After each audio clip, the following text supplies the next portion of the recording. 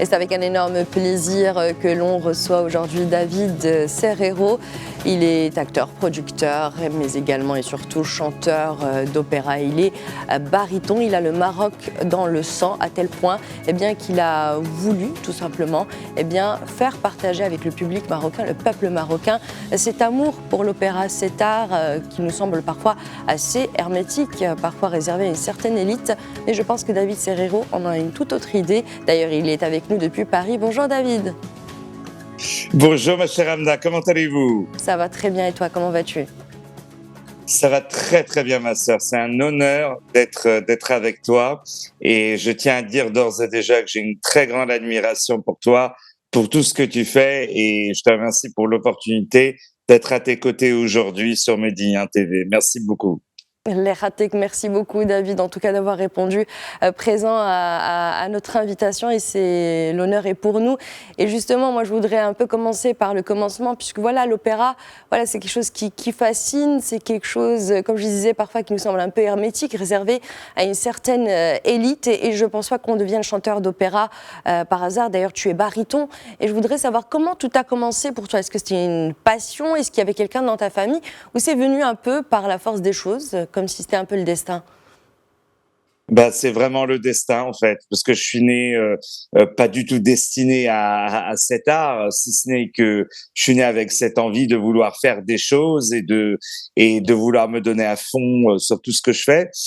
Tout simplement, j'ai démarré en tant que pianiste et puis après j'ai commencé à chanter, mais pas du tout de l'opéra, plutôt de la pop, de la variété, du jazz même. Et je suis parti à New York, j'ai commencé à faire du théâtre il y a plus de 20 ans, et puis du théâtre et du chant, je suis passé aux comédies musicales, et de comédie musicale, on m'a dit, tu as une voix pour l'opéra, et l'opéra, je croyais que ça durait 5 heures, que c'est en allemand, qu'il fallait faire 400 kilos pour chanter de l'opéra, et donc un soir, je suis allé à l'opéra, vraiment le pur hasard, et et puis j'ai dit bah ouais, c'est exactement ce que je veux faire et depuis c'est comme si le destin m'a amené là, mais en même temps plus je suis allé dans cette direction, plus j'ai voulu revenir en arrière vers mes origines et à quel point je réalise aujourd'hui que bah votre parcours en fait il vous rend vous aujourd'hui. Et justement, c'est vrai que voilà, quand on y pense, le Maroc, voilà, on n'a pas cette culture de l'opéra, même quand on regarde nos musiques traditionnelles, nos musiques populaires, le shabil, le melhoun, la haïta, c'est vrai qu'il n'y a pas forcément de lien étroit. Et puis toi, un jour, tu es arrivé et tu as décidé, tu te dis voilà, il faut qu'il y ait de l'opéra au Maroc. Et d'où est venue cette idée complètement folle et qui est en quelque sorte avant-gardiste? Bah, en fait, je te remercie d'en parler. C'est vraiment d'abord, c'est parti d'un amour inconditionnel que j'ai pour le Maroc et pour le peuple marocain qui bah, m'a tellement donné. Vous savez, partout où on va et qu'on rencontre des Marocains, on a l'impression que c'est des membres de sa famille.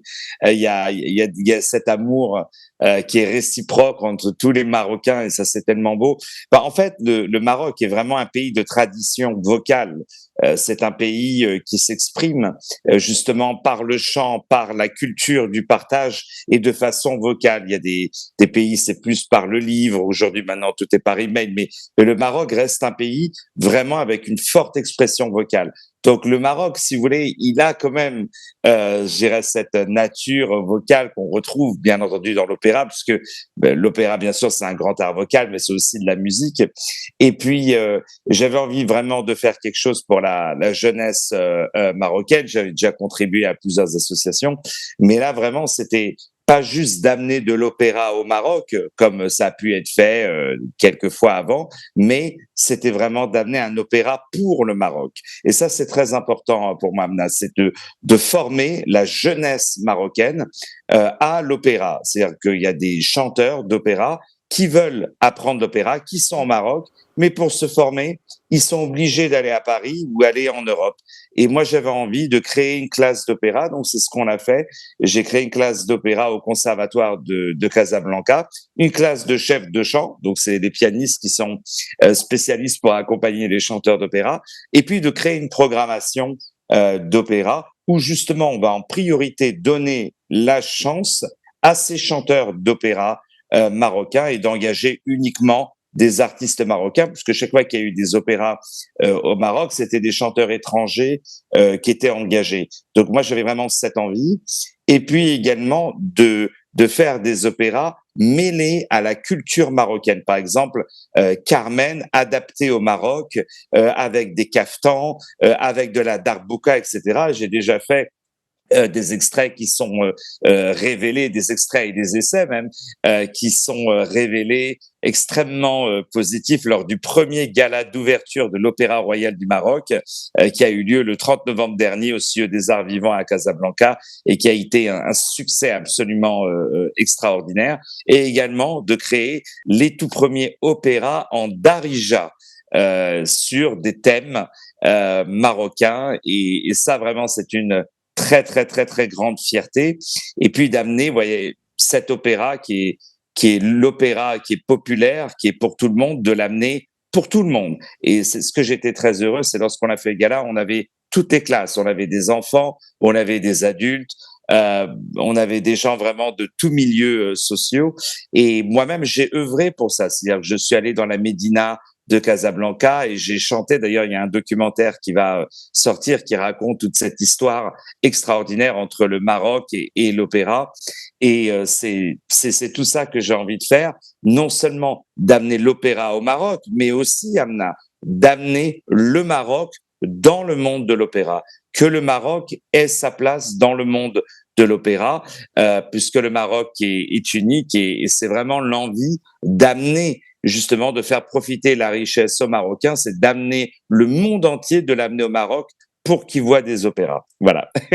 Et c'est là où je voulais en venir, parce que voilà, tu as toutes ces idées fabuleuses, voilà, fusionner la tradition, la culture marocaine avec l'opéra de monde, qui sont à la base totalement, voilà, qui viennent de deux milieux très différents et qui finissent par fusionner et voilà, et donner une harmonie. Et est-ce qu'il y a des jeunes, aujourd'hui, des jeunes marocains qui sont intéressés par l'opéra, qui veulent être formés? Est-ce qu'il y a une demande? Oui, absolument. Il y a une demande, mais le grand problème, c'est qu'il manque deux choses. Il manque des professeurs. Et deuxièmement, il manque le lien entre les études et la pratique. C'est-à-dire que il manque ce qu'on appelle un opéra studio. Donc, vous avez, par exemple, un peu partout dans les grandes maisons d'opéra, beaucoup aux États-Unis, un petit peu en Europe, mais beaucoup aux États-Unis, il y a ce qu'on appelle a Young Artist Program. C'est-à-dire que toutes les grandes maisons d'opéra, ils ont des solistes qui sont engagés pour faire les rôles, etc. Mais ils choisissent des artistes émergents, des artistes en devenir, qui sont entre les deux, entre l'étudiant et le professionnel, où ils vont faire des petits rôles avec des petites phrases, etc. Et également, ils vont être en doublure sur des grands rôles au cas où il y a le soliste qui est malade. Donc, il manquait ces deux éléments, Amna. Celui de la formation, où il y avait des professeurs qui enseignaient juste le chant classique, mais sans le chant classique, il n'y avait absolument aucune possibilité de grandir, puisque il s'agit uniquement de formation sans aboutissement. Donc, c'était très, très, très important, si vous voulez, de créer ces deux ponts qui étaient absolument essentiels. Et aujourd'hui, donc, sur le terrain, voilà, il y a ce début, on est dedans, il y a une demande. Et qu'est-ce que tu voudrais faire dans l'avenir, justement, pour enrichir tout ça, pour le nourrir? Quels sont tes projets? Ben, j'ai démarré, et on va le voir justement dans le documentaire qui va sortir, pardon, d'en parler, mais ce sont des images qui sont très, très, très, très fortes. C'est où je suis allé dans les écoles avec des jeunes, du jeune public de, je sais pas, 12, 13 ans, je sais plus quel âge ils avaient, mais où je leur ai parlé d'opéra, où je leur ai montré de l'opéra. Et ils me disent, ah, mais l'opéra, en fait, c'est comme des comédies musicales. Mais exactement, mais c'est ça, ça, ça. Donc, je leur ai appris et montré un petit peu tout ça. Et ça, c'est vraiment, on peut pas imaginer, si vous voulez, faire le travail de jouer les opéras, de les montrer, mais de jouer dans une salle vide, c'est pas possible. Et c'est important pour moi de créer ces futures générations non seulement sur scène, mais aussi dans le public.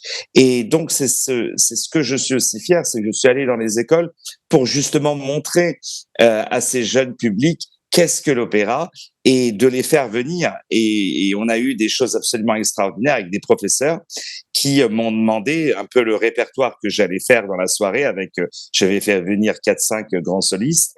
Et, euh, et donc, les professeurs ont expliqué déjà aux élèves ce qui allait être chanté, ce qui allait être joué. Mais moi, en plus de ça, sur scène, c'était ce besoin constant de vouloir expliquer au public ce qui se passait, puisque je reste, si vous voulez, dans cette politique que sur scène, il y a ceux qui connaissent tout et ceux qui connaissent rien.